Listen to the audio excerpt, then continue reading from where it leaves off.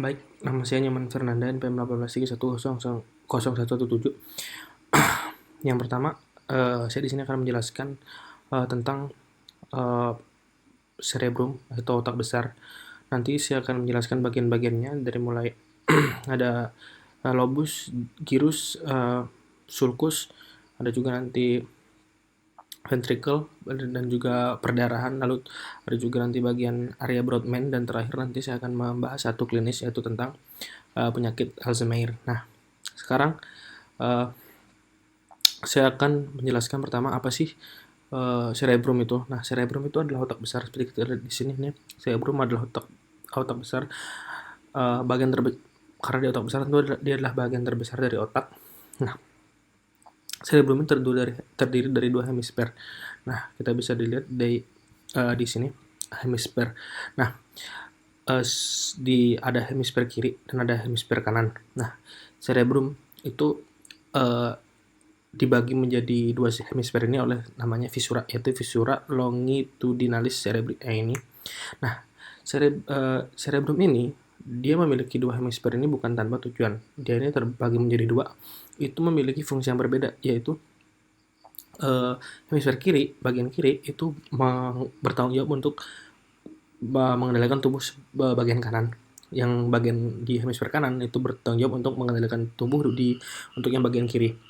Itu artinya dia memiliki fungsi yang kontralateral. Kontralateral artinya dia bersilangan. Jadi orang yang kidal itu biasanya otak yang lebih aktif adalah otak di hemisfer kanan. Nah, setelah dibagi menjadi hemisfer, cerebrum dibagi lagi menjadi beberapa lobus. Di sini ada beberapa lobus yang terlihat di sini ada 4 ya, dan dikali 2 karena kiri dan kanan. Lalu sebenarnya ada lagi 2 lagi, jadi sebenarnya 6, tapi yang terlihat di sini 4. Kita akan bahas yang terlihat di sini aja. 4 dikali 2 berarti 8 ya. Yang pertama itu ada, ini bagian depan. Ini dilihat dari atas, ini bagian depannya. Depannya namanya, karena depannya itu apa? Front. Jadi namanya lobus frontalis. Lobus frontalis itu dipisahkan oleh sulcus centralis ini dengan lobus parietalis di bagian setengah ini, agak ke belakang ini namanya parietalis. Lalu yang di belakang itu dipisahkan oleh sulcus parieto-occipitalis, parietal dan occipital. Berarti nama yang belakang adalah lobus occipitalis. Dan yang di samping ini kiri dan di kanan sebelah sananya itu di kiri dan di kanan ini dilihat dari bawah itu namanya lobus temporale. Jadi ada 1, 2, 3, 4, 5, 6, 7, 8 yang terlihat. Ada lagi 2 lagi dalam itu yang tidak terlihat di sini. Nah, lalu di bagian-bagian setelah dibagi menjadi hemisfer, 2 hemisfer, lalu menjadi lobus-lobus ini, dia ada lagi. Tadi yang memisahkan sulcus. Nah, sulcus itu apa sih? Sulcus itu cekungan-cekungan ini, nama cekungan namanya sulcus. Nah, sulcus ini memisahkan antara lobus satu dan lain ini. Jadi memisahkan antara ini yang kecil-kecil ini. Di dalam lobus ini ada tonjolan-tonjolan seperti ini, namanya gyrus nih. Kalau di daerah sini namanya gyrus prasentralis, yang di sini namanya gyrus postcentralis. Ini banyak ada gyrus-gyrus. Di sini juga bisa kita ada gyrus angularis. Nah, di sini ada sulcus intraparietalis. Jadi namanya tergantung letaknya. Jadi kalau dia di depan sentral, presentral, di belakang sentral namanya posentral. Itu juga dengan sulcus centralis, ada sulcus presentralis, itu dia di depannya sentralis. Selain itu kita akan membahas tentang kita akan ventricle. Kita akan bahas tentang ventricle. Cari dulu di sini gambarnya. Nah, ini ventricle tempat nanti cairan cerebrospinal ya. Ini ada fluxus coirodeusnya di dalamnya. Itu nanti menghasilkan cairan cerebrospinal atau CSS, atau bahasa Inggrisnya itu liquor cerebrospinal bahasa Latinnya. Itu nanti di sini dia akan lewat cairannya. Itu di sini ada apertura lateralis ventriculi quarti, apertura mediana ventriculi quarti. Jadi di lateral, maka namanya lateralis. Di median, di tengah namanya mediana. Ada juga aqueductus mesencephaly. Aqua itu berarti kata aqueductus, saluran, berarti saluran cairan untuk mesencephaly. Lalu di sini ada foramen interventricular. Jadi ini bagian yang bisa disebut ventricle. Di sini kalau dia dicopot, kalau ada otaknya dia akan seperti ini nih. Kalau dia ada otaknya dia akan tertutup seperti ini. Ini dari depan, dari samping. Lalu berikutnya kita akan ke perdarahan. Nah, ini namanya arteri yang ada di otak. Ini kalau diambil gitu seperti ini ada komunikans anterior. Nih, arteri komunikans anterior ini punya dia rentan, ini ada sindromnya, nanti sindrom arteri komunikans anterior. Ada juga arteri cerebri anterior dibagi jadi dua, di pas post komunikans sama pars prekomunikans, sudah dan sebelum post dan pre. Ada juga arteri coratis interna, ada arteri cerebri media, banyak, ada arteri komunikans posterior, yang ke bawah ini ada arteri basalis, ada arteri vertebralis, jadi banyak nama-namanya, bisa dilihat sendiri sini. Nah, arteri ini dia punya satu masalah yang sering terjadi pada manusia. Kalau dia tersumbat, dia akan menyebabkan, dia ada penyakit kan stroke seperti kita tahu. Dia kalau tersumbat, stroke itu ada dua jenis. Kalau arterinya tersumbat, dia akan menyebabkan pasokan ke salah satu bagian otak ini, nanti dia akan berkurang, dia akan menyebabkan stroke hemoragik, stroke iskemik. Kalau dia pecah, dia akan menyebabkan stroke hemoragik. Hemorrhage itu kan perdarahan, pecah, perdarahan, hemoragik. Jadi bisa menyebabkan stroke kalau dia terjadi gangguan, bisa pecah atau bisa tersumbat. Nah, berikutnya kita masih ada banyak yang harus kita bahas. Berikutnya kita akan ke area Brodmann. Area Brodmann itu di awal tadi. Nah, ini namanya area Brodmann. Jadi di setiap bagian cerebrum itu dia ada fungsinya. Bukan cuma cerebrum, jadi cerebrum, cerebellum, batang otak, medulla spinalis, itu semua ada fungsi-fungsinya. Nah, kalau di cerebrum ini yang kita kenal itu ada namanya area Brodmann atau Brodmann area. Itu adalah pembagian fungsi dari otak manusia, khususnya di cerebrum otak besar. Nanti jadi kalau ketika melakukan sesuatu, dia biasanya kalau dilakukan MRI, dia akan terlihat bagian tertentu yang misalnya dia berbicara atau dia sedang mendengar, dia bagian tertentu dari otak-otak ini akan memancarkan, bukan memancarkan ya, kayak mengeluarkan impuls yang menandakan bahwa bagian itu bekerja. Jadi dari situlah kenapa bisa ada namanya Brodmann area. Kita bisa lebih dalam lagi di sini. Nah, jadi pada 1909 Pak Brodmann ini membagi korteks cerebrum menjadi 40, kalau nggak salah sekarang jadi 52 atau berapa, kalau dulu tuh 47. Nah, jadi di kayak otak kan tadi cerebrum kan punya lobus-lobus. Nah, di lobus-lobus itu dibagi lagi jadi, nah, di lobus frontalis di depan itu ada namanya area 4. Area 4 ini fungsinya itu adalah untuk area primer, area motorik primer. Ada juga area 6, itu bagian sirkuit tractus primadialis yang berfungsi untuk area premotorik. Itu ada area 9, 10, 11, 12 itu area untuk asosiasi frontalis. Nah, ada juga di lobus parietalis ada 3, 1, dan 2. Nah, area 3, 1, ini paling sering ini adalah untuk area sensorik primer.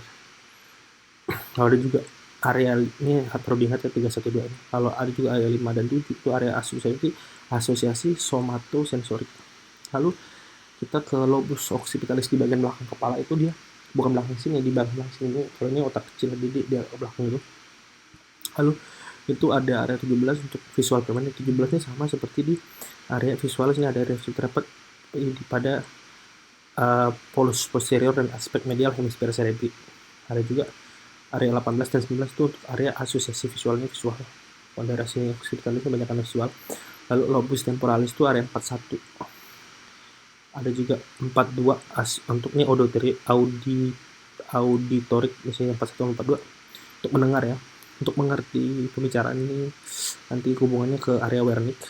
Ada di area Broca. Kalau area Broca itu bicara, jadi area Wernicke itu untuk memahami apa yang orang bicarakan. Kalau area Broca adalah untuk kemampu untuk berfungsi untuk bertanggung jawab untuk kemampuan manusia berbicara. Kalau berbicara itu Broca, jadi manusia berbicara dengan memahami itu di bagian otak yang berbeda. Jadi yang kalau berbicara itu area Broca, kalau yang untuk memahami pembicaraan itu namanya area Wernicke. Jadi ada dua bagian yang berbeda yang bertugas. Jadi bukan satu berbicara sama mendengar dan mengartikulasikan apa sih orang itu maksudnya apa, itu dua bagian berbeda dari otak yang berfungsi. Jadi pemetaan area Broca ini sangat penting nanti untuk mengetahui bagaimana sih perkembangan otak, apa, terus kalau kerusakan di bagian mana, jadi karena klinis misalnya ada orang tidak bisa bergerak, tidak bisa bicara, nanti bisa kita lihat otak bagian mana sih yang mengalami kerusakan gitu. Nah, berikutnya kita akan ke klinis ya. Klinis yang akan saya bahas tuh, nah ini sebelum klinis kita ada bisa lihat ini jadi area broca itu ada area 4445 tuh di sini, 86 di sini, 321 tadi yang somatosensory itu daerah sini, ini visual nih di sini, tadi occipitalis kan di belakang, lalu nyara Wernicke untuk untuk memahami bicaraan, broken untuk berbicara di sini nih. Lalu kita sekarang ke eh, klinis. Pertama, Alzheimer apa? Tadi saya udah bilang, saya akan membahas tentang Alzheimer. Apa sih Alzheimer itu?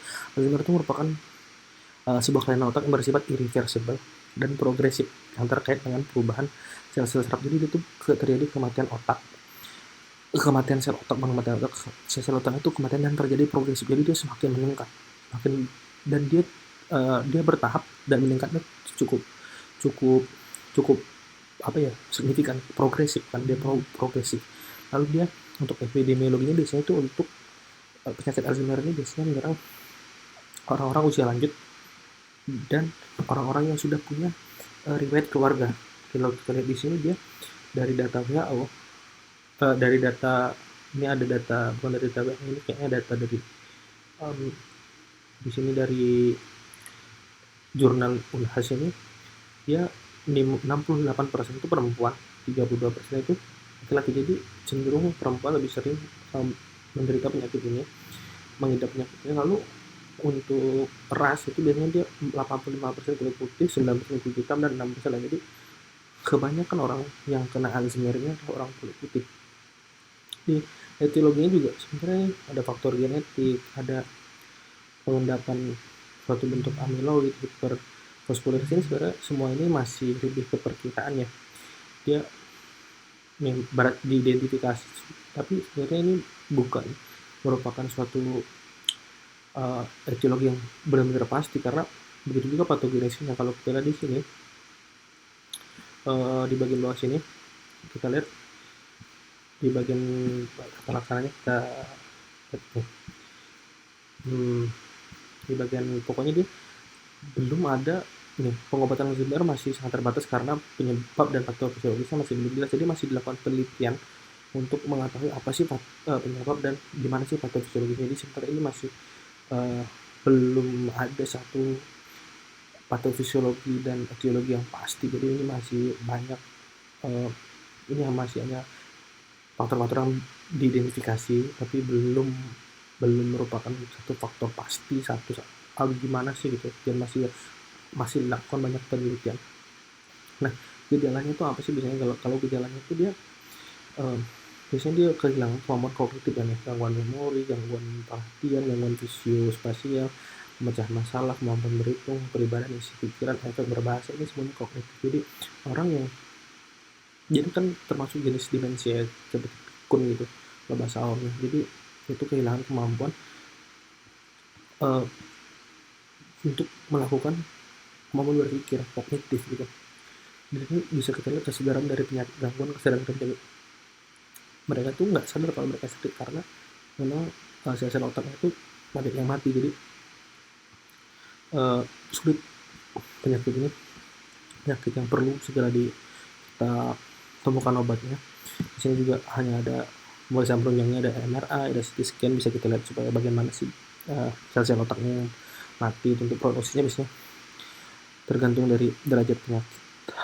Derajat penyakit itu bisa bagaimana sih keadaan dia, apakah dia itu punya riwayat keluarga, punya usianya berapa gitu yang menentukan biasanya prognosisnya bagaimana. Untuk pelaksananya itu belum begitu ada, tapi masih ada, tentu ada beberapa obat yang bisa kita gunakan untuk setidaknya meringankan gejala-gejala dari Alzheimer ini. Sekian penjelasan dari saya untuk pertemuan 2. Lebih kurangnya saya mohon maaf. Terima kasih.